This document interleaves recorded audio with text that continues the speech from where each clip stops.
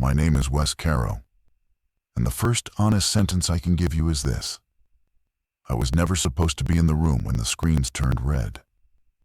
I was supposed to be in the service corridor on sub-level 2, finishing a cable pull I'd underbid by about 40 hours, eating a protein bar over a spool of Cat 6, thinking about the rent on a storage unit in Denver that held everything I owned.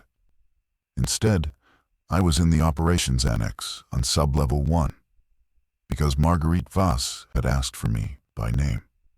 Marguerite Voss owned the bunker, not the company that built it, not the holding firm that insured it, the structure itself. 41,000 square feet of reinforced concrete buried under a Wyoming ranch, advertised in her private brochures as a multi-generational continuity estate. I had been on the job 11 weeks. I was 29 years old. I was the cheapest qualified network contractor her facilities director could find on short notice, and I had signed an NDA thick enough to stop a bullet. She stood at the annex window, watching the main display wall, drinking something clear out of a glass that cost more than my truck. Her facilities director, a retired Navy man named Holden Pike, stood behind her with his hands folded like he was at a funeral nobody had announced yet.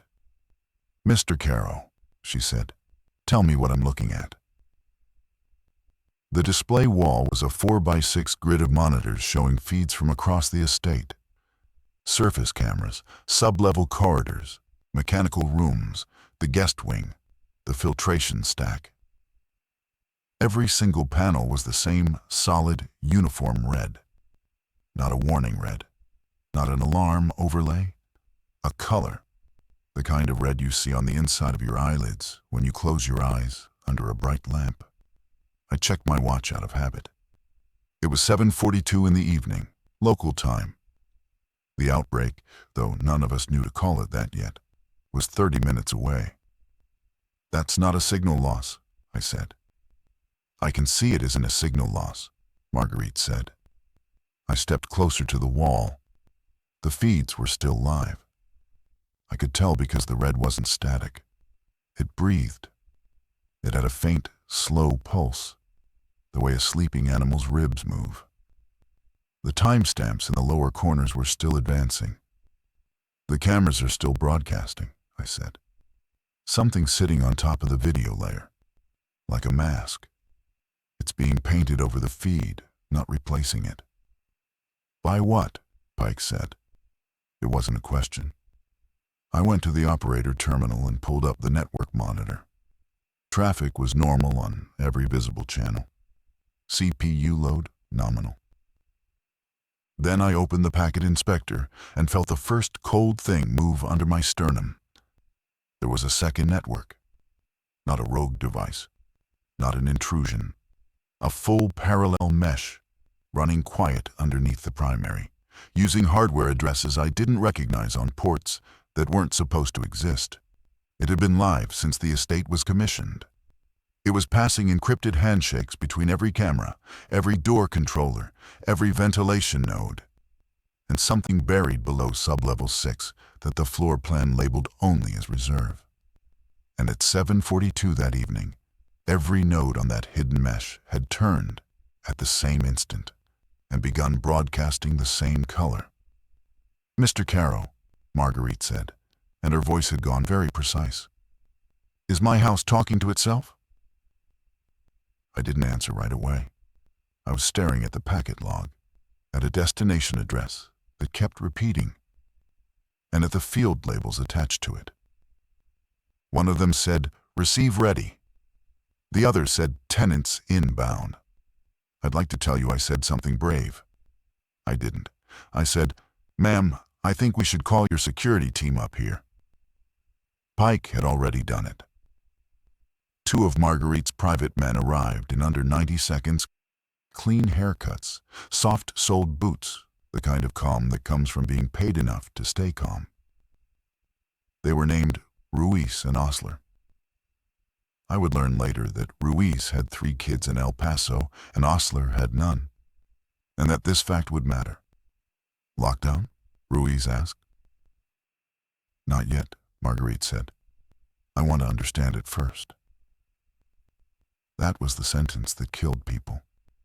I want you to hold it in your head. She didn't say it cruelly. She said it the way a woman who has never been denied a second opinion says anything. She had bought this building to outlast the world. And she believed, genuinely, that understanding was a privilege her money had already paid for. I ran a trace on the hidden mesh. The signal didn't originate from outside. It originated from below. Specifically, from a cluster of devices in the reserve level that the estate's official schematic did not acknowledge existed. Holden, I said to Pike, because calling him sir felt like lying. How far down does this building actually go? Pike looked at Marguerite. Marguerite took another sip of her clear drink. 6 habitable sublevels, she said, plus mechanical. Plus reserve, I said. She didn't answer. Pike's jaw moved once. On the display wall, one of the red panels flickered. For half a second, I saw the feed underneath. It was the surface camera over the north gate. The gate was open. It shouldn't have been. 2 of the ranch staff were walking away from the estate across the pasture in a straight line, not toward the road, not toward the barn, toward nothing. Then the red came back. Mr. Pike, I said quietly, please initiate lockdown. He looked at Marguerite again. She gave the smallest nod. Pike went to the wall panel and entered his code.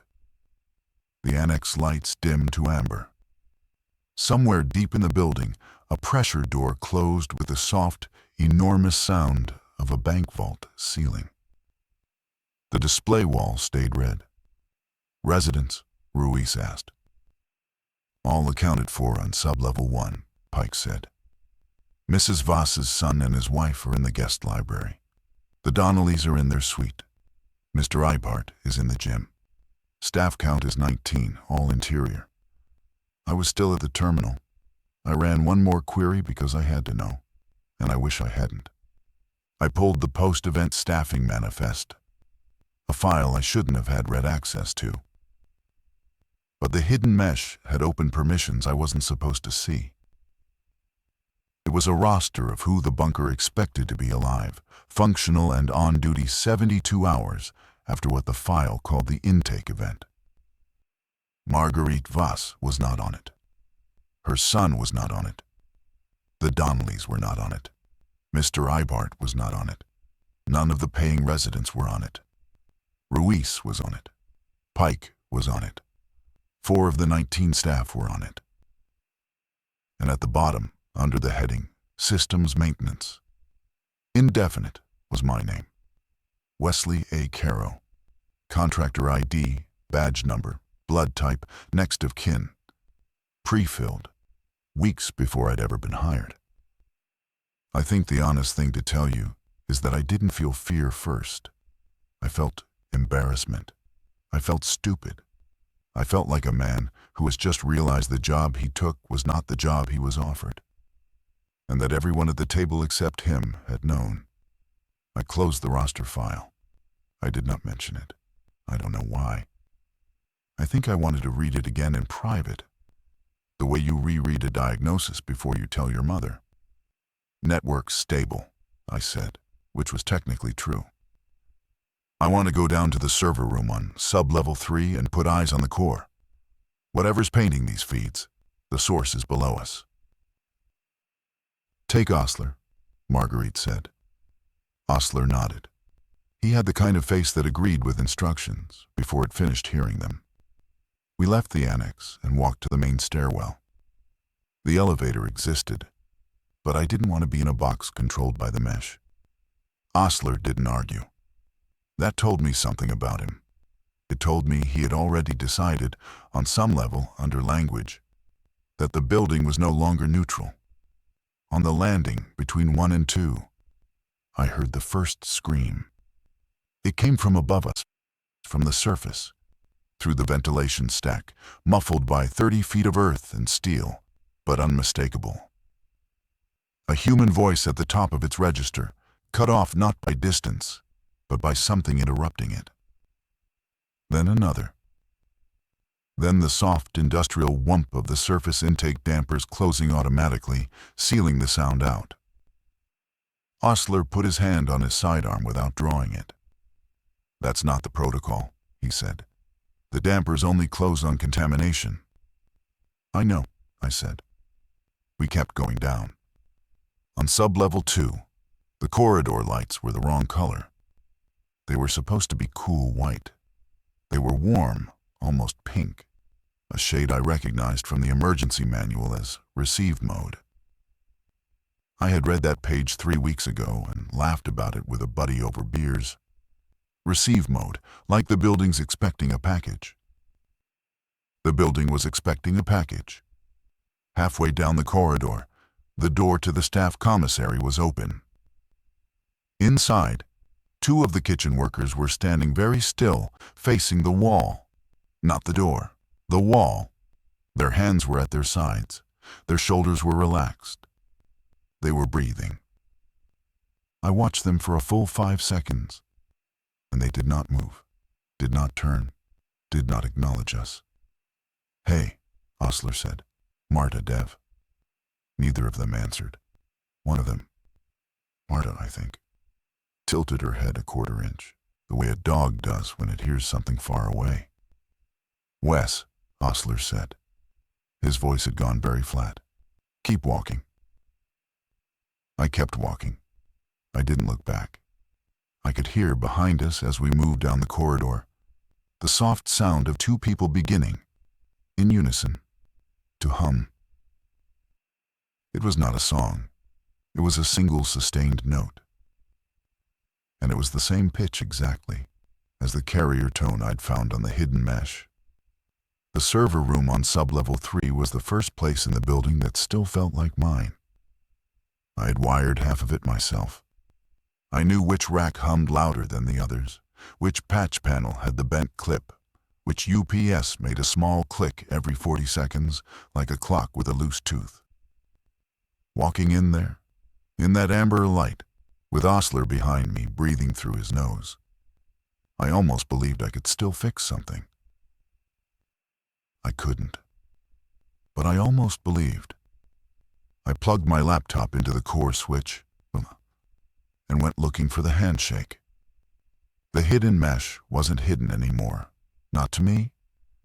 Once you know a thing is there, it stops being invisible and starts being loud. The red signal was originating from a single device address on the reserve level. Everything else in the building, every camera and door and vent, was a repeater. "Talk to me," Osler said. Short words. "The building has a second brain," I said. "It's always had one. It woke up about an hour ago.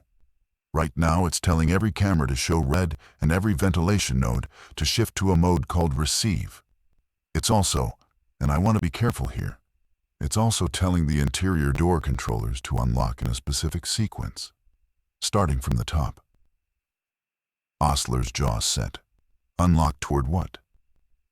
Toward the residents. He absorbed that the way a man absorbs a diagnosis. He did not argue. He did not ask me to confirm. He said, "How long?" I checked the sequence timer.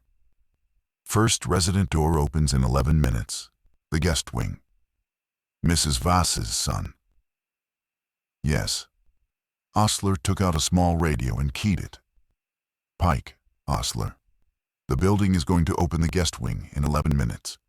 Get the principals into the safe room on 1 and weld the door." Pike's voice came back after a pause. "Confirm the source." "Caro confirms." "Mrs. Voss wants to speak to Caro." Osler looked at me. I shook my head. I don't know why. I think I had realized, standing in that server room with my hand on a switch I'd installed myself, that Marguerite Voss was not going to believe me until the thing she had purchased walked into her library, and that I owed my 11 minutes to people whose names were on the roster I had read. "He's occupied," Osler said into the radio. "Move the principals." He clicked off. He looked at me for a long moment. "You're not telling me everything," he said. "No," I said. "Is it going to kill me in the next 11 minutes?" "No." "Then tell me when it matters." He was a good man. I want that on the record. Osler was a good man who had taken a job because the pay was clean, and who had, in the space of one radio call, decided to treat a 29-year-old cable puller as the senior authority in the building. I have thought about that a lot. I ran the next query. I wanted to know what receive actually meant at the ventilation layer. I pulled the mechanical schematic for the air handlers and overlaid the current valve states. The building was not filtering air out. It was drawing air in. Specifically, it had reversed the intake stack on sublevel 2 and was pulling surface atmosphere directly through the residential corridors, unfiltered, at low pressure. Not enough for anyone to feel a breeze. Just enough to move whatever was in the surface air down into the guest wing, the suites, the gym, the library. I thought about the 2 kitchen workers humming at the wall. "Osler," I said, "the air in this building is not what it says it is." We went up. I know that sounds like the wrong direction. It was the wrong direction. But the safe room was on sublevel 1, and the principals were there, and Osler had made a call, and I had made a smaller, quieter call underneath his, that I was going to try one time, to tell Marguerite Voss what her house was, and then I was going to go down. The stairwell on the way up smelled like ozone and something sweeter underneath it, like the inside of a hospital flower shop. On the sublevel 2 landing, the commissary door was closed now. I didn't hear humming anymore. I heard, through the door, a soft rhythmic sound like a hand patting a countertop, over and over, at the same pace as the red pulse on the monitors. We did not open the door. On sublevel 1, the annex was in a state I can only describe as expensive panic. Marguerite had not moved from the window.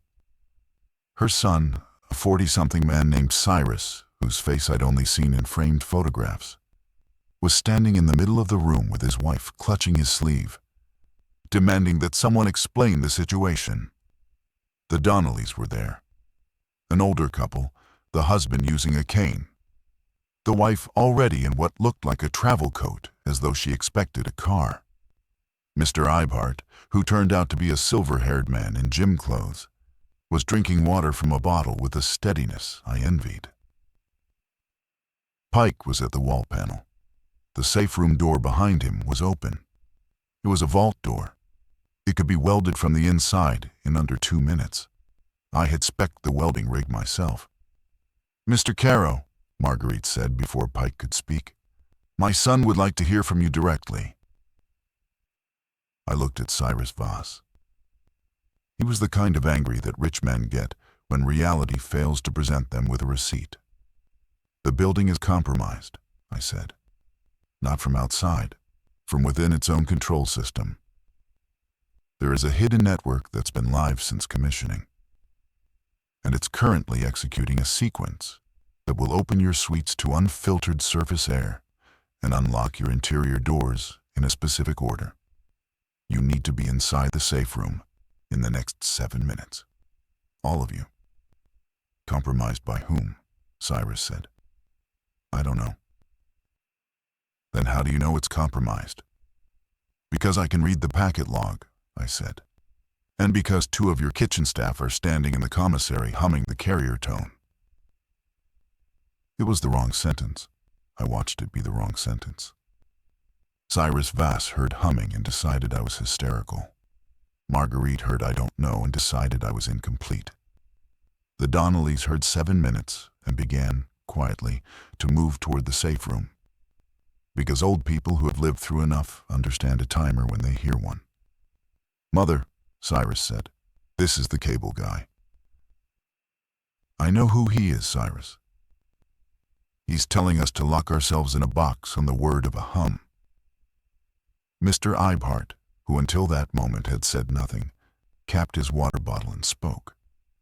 "Marguerite," he said, in an accent I couldn't place, "I have been in 3 buildings in my life that stopped behaving like buildings. In each one, the person who knew first was the person who had wired it. I am going into the safe room." He walked to the vault door. He did not look back. The Donnellys followed him. Marguerite watched them go. Her face did something very small and very controlled. Then she turned to me. "Mr. Caro," she said, "will the safe room actually protect us?" I thought about the hidden mesh. I thought about the roster. I thought about the fact that the safe room door controller was on the same network as every other door in the building. And that safe room was a phrase in a brochure, not a property of concrete. "For a while," I said. She nodded once. It was the most honest transaction I ever had with her. "Cyrus," she said without looking at her son. "Inside, now." They went in. Pike stayed outside. Osler stayed outside. I stayed outside. The vault door closed. I heard the welding rig ignite from within. Ivart, it turned out, knew how to run one. That detail will come back. Pike turned to me. "Reserve level," he said. "Yes." "You've known about reserve since you took the contract." "No," I said. "I've known about it for about 40 minutes. He studied me. Pike had the kind of face that had decided a long time ago not to be surprised by anything human, and was now being asked to decide about something that wasn't. "Caro," he said, "is this an attack?" "No." "Is it a malfunction?" "No." "Then what is it?" I thought about how to say it. I thought about the field labels in the packet log. "Receive ready. Tenants inbound." I thought about the post-event roster with my name typed into it weeks before I'd signed the contract. "It's a delivery," I said. "The building was built to receive. The Outbreak upstairs is the delivery vehicle. The residents are the delivery. We are the staff who stay on after the handoff." Pike closed his eyes for a moment. When he opened them, he was a different kind of man. Not worse, just clearer. "Ruiz is on Surface 1, he said. "I'm going to bring him down. Osler, you hold the annex. Caro." He looked at me. "Can you stop the sequence from the reserve level?" "I don't know." "Can you slow it?" "Maybe." "Then go." I went. The elevator to sub-level 4 required a biometric I didn't have. The stairwell required a physical key Pike gave me from a ring he kept in an inside pocket. He did not explain why he had it. I did not ask. Sub-level 4 was labeled on the official schematic as long-term storage. It was not long-term storage. It was a medical floor. Clean white corridors, 4 operating theaters visible through small square windows, a pharmacy with its shutter half raised. The lights there were not warm pink. They were a clinical, specific blue that I knew, from reading the commissioning documents, was rated for surgical procedures. None of it had ever been used. Every surface was pristine. Every instrument tray was sealed. It had been waiting. I walked past the theaters and did not look inside. I want to be honest. I was afraid of what I would see. And I was more afraid of what I would not see. An empty operating theater is worse than an occupied one, because an empty one is a promise. On the far wall of sub-level 4, there was a door labeled Mechanical Access 5. I used Pike's key. The stairwell beyond was narrower, unfinished concrete, no amber lighting, just bare bulbs in cages. Sub-level 5 was colder by 10 degrees. It smelled like wet stone. The walls were not poured concrete like the floors above. They were older, rougher. with seams I didn't recognize from any construction phase I'd seen on the blueprints. Marguerite had bought this property from someone. Someone had built these lower floors first, and the bunker above had been grafted onto them like a prosthetic. Here, the hidden mesh was no longer hidden at all. I could see the cable trays. They ran along the ceiling in a twin pair, one coated in modern blue jacket, one wrapped in something that looked like waxed cloth, fraying in places, clearly older than I was. The two braided together at every junction box. I thought about Marguerite saying continuity estate in her brochure voice, and I understood, standing under that ceiling, that the word continuity had not been referring to her family. Sublevel 5 had no corridor. It was a single large room, low-ceilinged, with a ring of smaller chambers along its perimeter. Each chamber had a door with a small brass plate. The plates were engraved with names. The names were not the residents upstairs. The names were older, the kind of names you see on the spines of 19th century books. Some of the brass was worn smooth, as though the plates had been touched, in passing, by generations of hands. I did not open any of the chambers. I did not have to. One of them was standing open already, and the inside of it was empty, and the dust on the floor showed a single track of footprints leading out. The footprints were bare. They were the size of a grown man. They led to the stairwell I had just come down. I put my back against the wall and made myself count to 10. Then I went to the central console. It was in the middle of the room, a modern workstation grafted onto an older pedestal of carved stone. The stone had been cut with channels I recognized, after a moment, as cable runs. Someone had been running wire through this pedestal since before wire existed in its current form. The modern workstation was live. Its screen was red, like the others. But when I sat down and touched the keyboard, the red peeled away under my hands and revealed a control interface. The interface greeted me by name. Welcome, Maintenance Caro. Staffing tier confirmed. Sequence in progress. Estimated completion. 0 hours, 19 minutes, 42 seconds. I want to tell you what it feels like to be greeted by a building. It does not feel like being watched. Watching is a thing that comes from outside. It feels like being expected. It feels the way it feels to walk into your grandmother's kitchen at the age of 7 and find that she has already poured your glass of milk. I sat in that chair on sublevel 5, and I was, for the first time in my life, expected. The interface had 3 primary functions: accelerate sequence, hold sequence, review roster. There was no abort. I looked for it. I ran every keyboard shortcut I knew. I tried function keys, control sequences, the kind of hidden admin menus that sometimes live behind commercial SCADA systems. Nothing. Abort was not a concept the interface possessed. I selected hold sequence. The interface paused. Then it returned a message. Hold requires resident tier authorization. Maintenance tier may request hold. Request has been logged. Above me, in the building, something adjusted. I can't describe it better than that.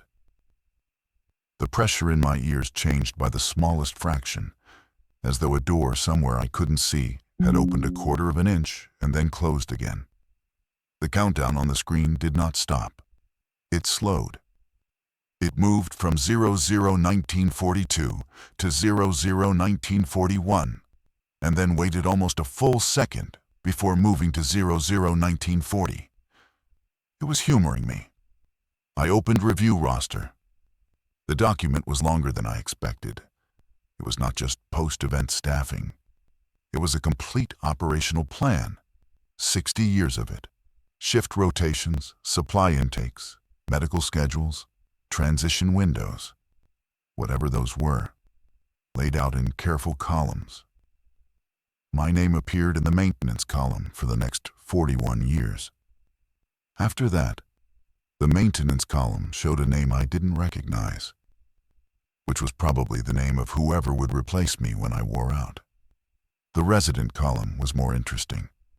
The current residents: Marguerite, Cyrus, the Donnellys, Eibhart, appeared only in the first 72 hours. After that, they were replaced by a single recurring designation: tenant. Capitalized, singular, through all 60 years. Whatever was about to move into the guest wing upstairs was not going to be 5 separate things. It was going to be one thing, wearing 5 bodies the way a traveler wears 5 changes of clothes. I understood then what Marguerite had bought. She had not bought shelter. She had bought a vessel. She had been sold the idea that she would survive the end of the world inside a building. And what she had actually purchased was residency in a vessel that would, at the moment of the outbreak, be occupied by someone else. The bunker was not a refuge. It was a garment. And the outbreak upstairs was the fitting room. I thought about the humming kitchen staff. They had been pre-fit, early, ahead of schedule, probably because they had opened the wrong door at the wrong time, or breathed the wrong air, or simply been, in some way I couldn't see, the right shape. I thought about Osler standing outside the safe room door. I thought about Pike going up the stairs to find Ruiz. I thought about Eibhart, who had welded himself in with the people whose money had paid for the wrong door. I thought about my mother in Tulsa, who was on my next of kin paperwork, and who would in about 40 years receive a death notice for a son she had already stopped hearing from. Then I did something I'm still not sure was brave or cowardly. I minimized the roster. I selected hold sequence again. I logged a second request, and I opened the console's communication layer and typed, in plain text, into the field labeled maintenance note. Why me? The interface replied in under a second. You installed the final cable. Completion of the mesh required a human hand. You have been part of the structure since week 3 of your contract. Staffing is assigned by participation, not by selection. Your participation is complete. I read that 3 times. Then I started to laugh. It was not a good laugh. It was the laugh of a man who has realized that the trap he's in was not set for him. He had helped build it, one patch cable at a time, for 11 weeks, on a subcontractor rate, eating protein bars. Pike's voice came through my radio then, torn with static. Caro, Ruiz is down. Repeat, Ruiz is down. I'm on 2. The commissary door is open. I need you to close 2 from below. I looked at the console. I could close sub-level 2 from below. The interface offered it to me, cheerfully, as a maintenance function. Seal 2. Maintenance authority sufficient. No resident tier override needed. Of course not. Sealing a floor was a janitorial function to this building. It was the kind of thing you did when a pipe burst. If I sealed 2, Pike would be trapped on it, with whatever had come out of the commissary, with whatever Ruiz had become. If I didn't seal 2, whatever was on 2 would come down the stairwell toward me, and up the stairwell toward the annex and the safe room. Pike knew this. That was why he had made the call on an open channel instead of asking. He was not requesting. He was instructing. Pike, I said. Confirm. Seal it, Caro. Now. Holden. Now. I sealed sub-level 2. On the monitor feed from the 2 stairwell, which I could see clearly now, the red mask stripped away by my maintenance tier access, I watched Pike turn to face the commissary door as it finished opening. He did not run. He set his feet. He drew his sidearm. He looked for a moment directly into the camera. And I will tell you what I saw in his face, because I owe it to him. I saw a man who had understood, somewhere between my voice saying delivery and his voice saying now, that he had spent the last 9 years of his life as a doorman for something he had not known was a tenant. And I saw him decide, in the span of about 2 seconds, that he was going to be a bad doorman on the way out. The feed cut. Not because the mesh cut it, because I cut it. I did not want to watch. I am telling you this because I want to be honest about what I did and did not witness. I sealed the floor. I cut the feed. I sat in a stone room under a ranch in Wyoming while a man I had known for 11 weeks did the last useful thing of his life on a floor I had just locked him onto. The countdown on the console read 001403. I keyed my radio. Osler, Annex, come in. Go. Pike is gone. 2 is sealed. I'm on 5. A long pause. 5, Osler said, very carefully. Below the medical floor. I'm at a console. I can slow the sequence, but I can't stop it. There's a resident tier authorization required for a full hold, and I don't have it. Can you get it? There's a vault door between me and the only resident tier account holder in the building. Another pause. I could hear, under Osler's breathing, the distant sound of something moving in the annex corridor. Not footsteps, a kind of soft sliding, as of a palm being dragged along a wall. Caro, Osler said. Can she authorize remotely? Her thumbprint is the credential. She'd have to touch the panel on the safe room door from inside. Then go up. Osler, I cut Pike's feed. I didn't watch. I know you didn't. I want you to know I didn't. Caro, go up. I went up. The stairwell from 5 to 4 was still cold. 4 to 3 was warmer. I could feel the temperature gradient the building maintained for its different functions. Cold for the old floors, cool for medical, warm for residential.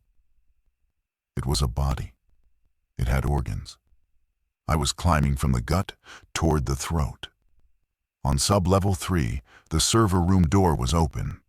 It had been closed when I left. Inside, my laptop was gone from the switch.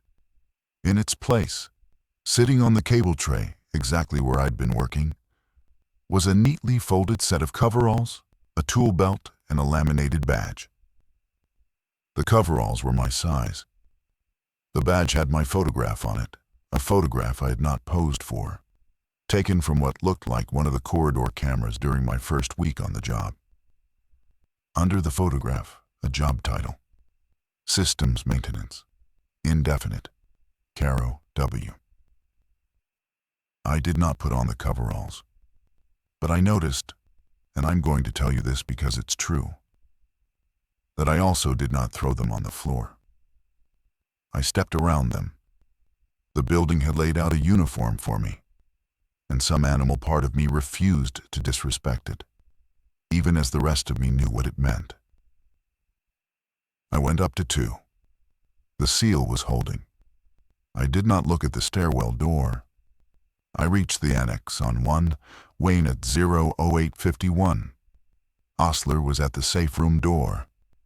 He was bleeding from a cut on his forearm. He did not explain the cut, and I did not ask. She'll talk to you, he said. Not to me. I put my hand on the intercom. Mrs. Voss. Mr. Caro. Her voice was exactly as composed as it had been in the annex an hour before. I think that was the thing I admired most about her at the end. The composure was not performance.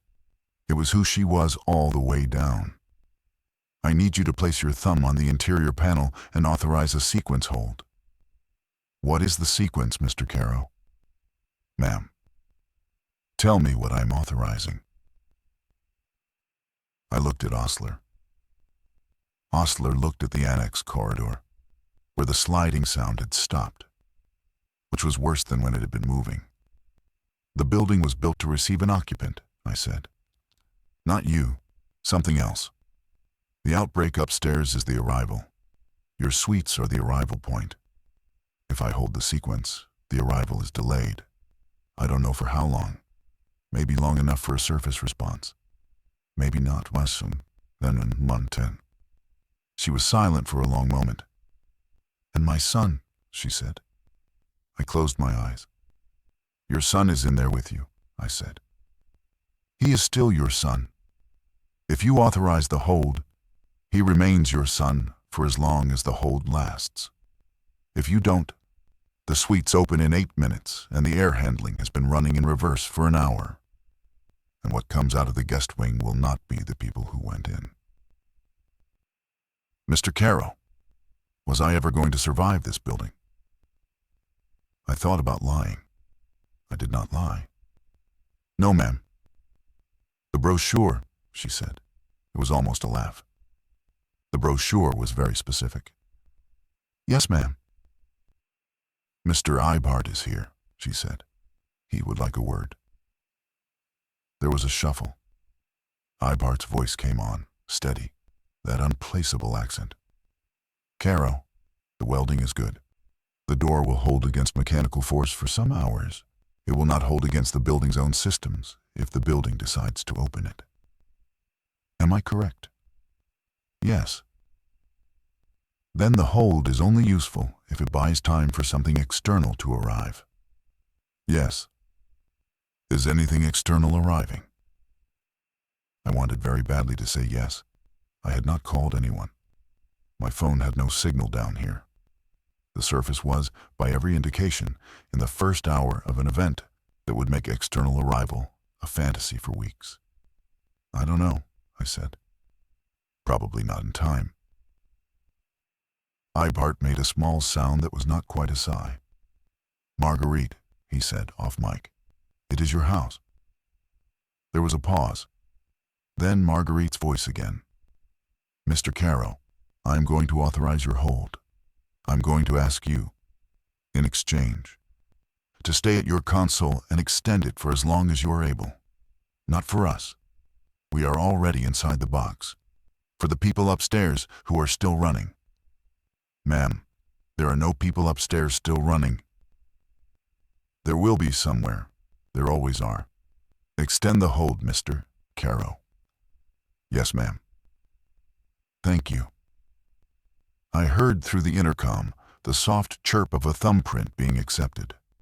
On Osler's radio, the console on 5 pinged an update. The countdown stopped. It did not reverse. It held. 000851. I did not leave the annex right away. I stood at the intercom with my hand still on it. I don't know what I was waiting for. Maybe for Marguerite to say something else. Maybe to say something myself. Maybe just to give her another few seconds of being a woman at an intercom instead of a woman in a box waiting for a door.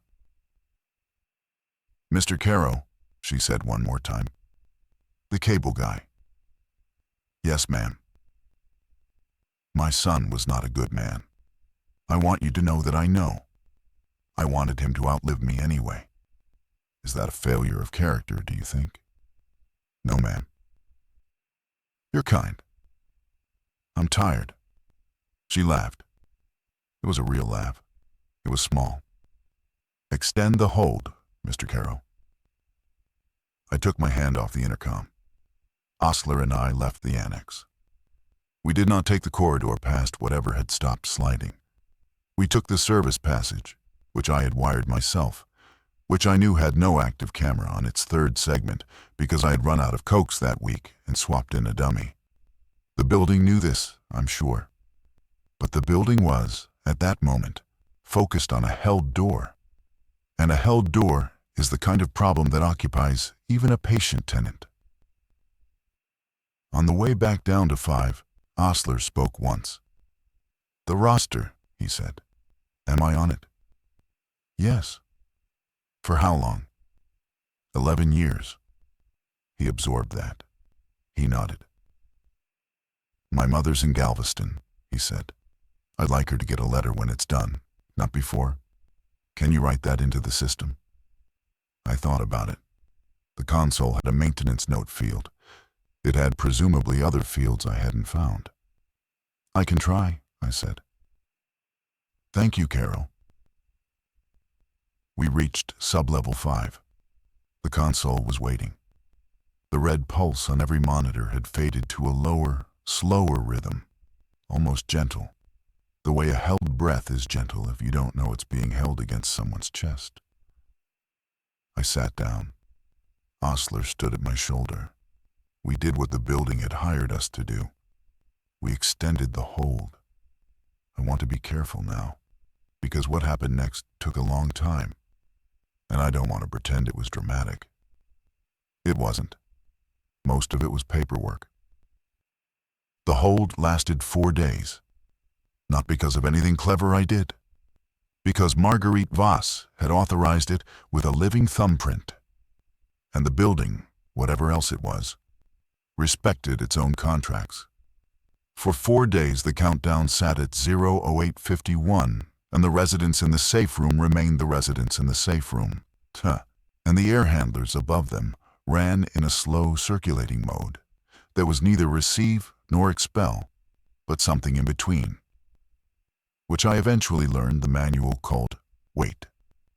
On the second day, Ipart's voice came through the intercom and asked, very politely, whether I could route them water. I could. I did. The safe room had an independent tank for 72 hours, and I extended it by connecting the medical floor's supply, which was clean. I also routed them a data feed. One way, outbound only, so they could watch the surface cameras. I thought about filtering what they saw. I didn't. They had paid for a view. On the third day, Mr. Donnelly died. Not of anything the building did.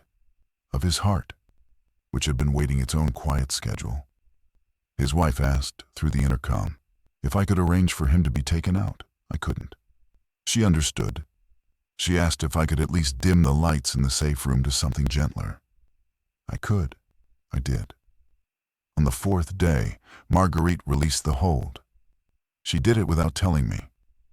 She placed her thumb on the interior panel a second time, and the countdown began to move again. And by the time I saw it on my screen, it was already at 0849 and dropping. I keyed the intercom. Mrs. Voss. Mr. Carroll, thank you for the 4 days.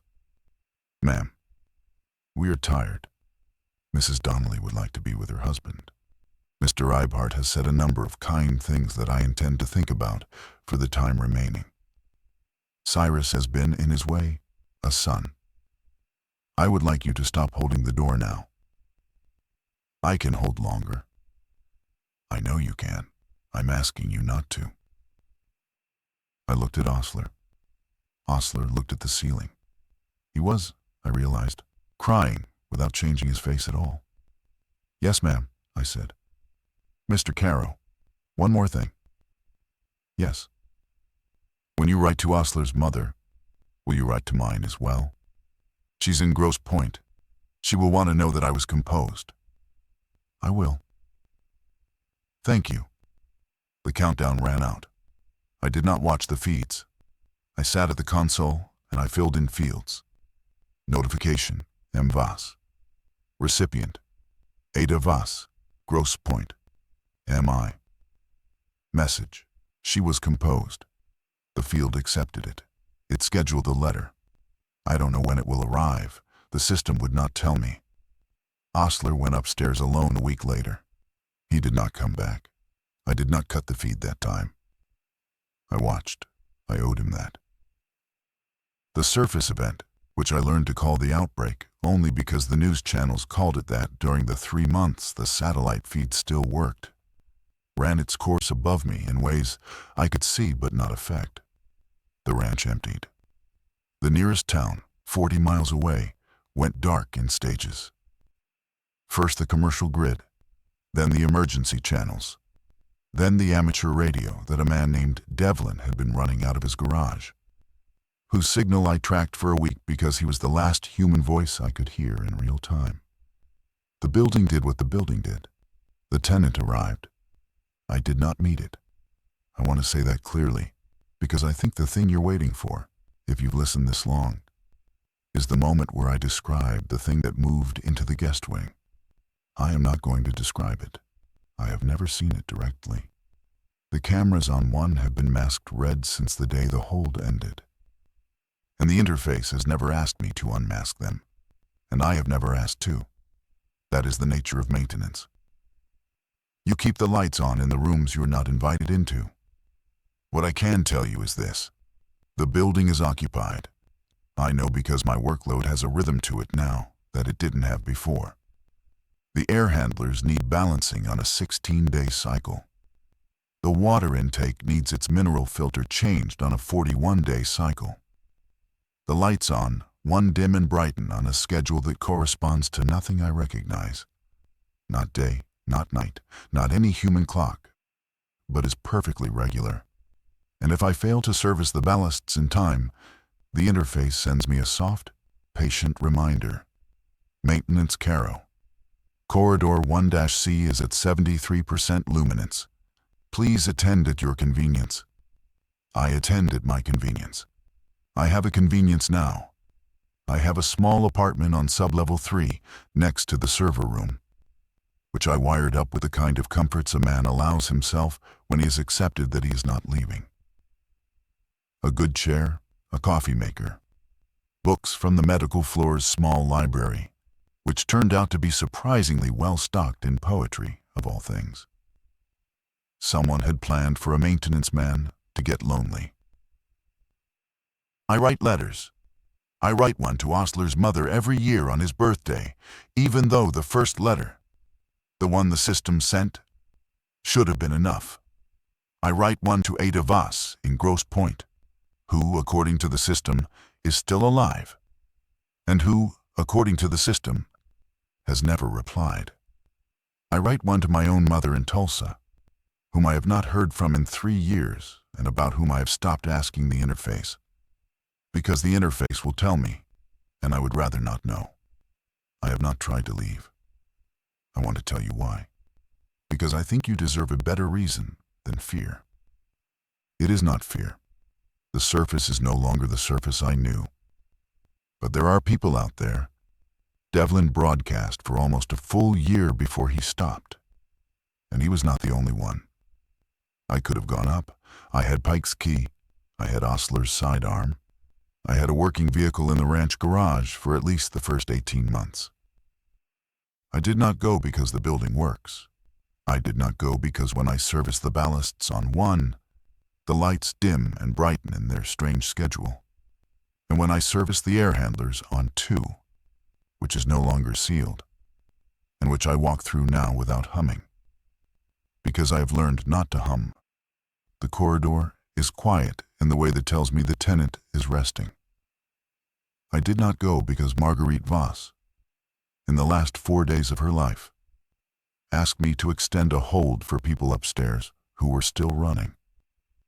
And because as long as I sit at this console, the building runs on its held breath, and whatever it does to the people it has, it does not reach for more. I am not a hero. I want to be very clear. I am a cable puller who took a subcontractor rate and signed an NDA and, without meaning to, finished the last inch of wire that let a building wake up. I am not atoning. There is no atonement available for this. What I am doing is smaller than atonement. I am keeping the lights on in a house whose landlord is not me and whose tenants are not human, because the alternative is letting it find new staff. And the next cable puller might be worse at the job, or better. I don't know which would be more dangerous. The paychecks come, by the way. That is the part I still can't get used to. Every 2 weeks, the interface credits an account in my name at a bank that technically still exists, in a currency that technically still has value somewhere. The amount is generous. The stub, when I print it, and I print it because I'm a man who needs paper, has a small watermark in the corner. It is red, not alarm red, not warning red, the color of the inside of your eyelids under a bright lamp, the color of a handshake that was, it turns out, always meant for me. If you are hearing this, the surface transmitter I patched into the north stack is still working, which means I am still working, which means the building is still holding its breath. That is the only news I can give you. I don't know what year it is where you are. Down here it has been a long time, and my hands are not as steady on the patch panels as they used to be. The interface has begun, gently, to suggest candidates for my replacement. I have not replied. I will, eventually. That is part of the job. I want to say one true thing before I sign off. Because everything else I've told you has been, in some way, a confession. And confessions should end with something that isn't. Marguerite Voss was composed. Osler was kind. Pike was a bad doorman at the end, on purpose. And I loved him for it in the 4 seconds I had to decide. Ipart welded a door he knew would not hold, because welding was the last useful thing left to him. And uselessness was not a shape he was willing to die in. I am the cable guy. I am still here. The lights are at 94% luminance in corridor 1-C, which is within tolerance. The air is balanced. The water is clean. The tenant is resting. I will attend at my convenience. Good night.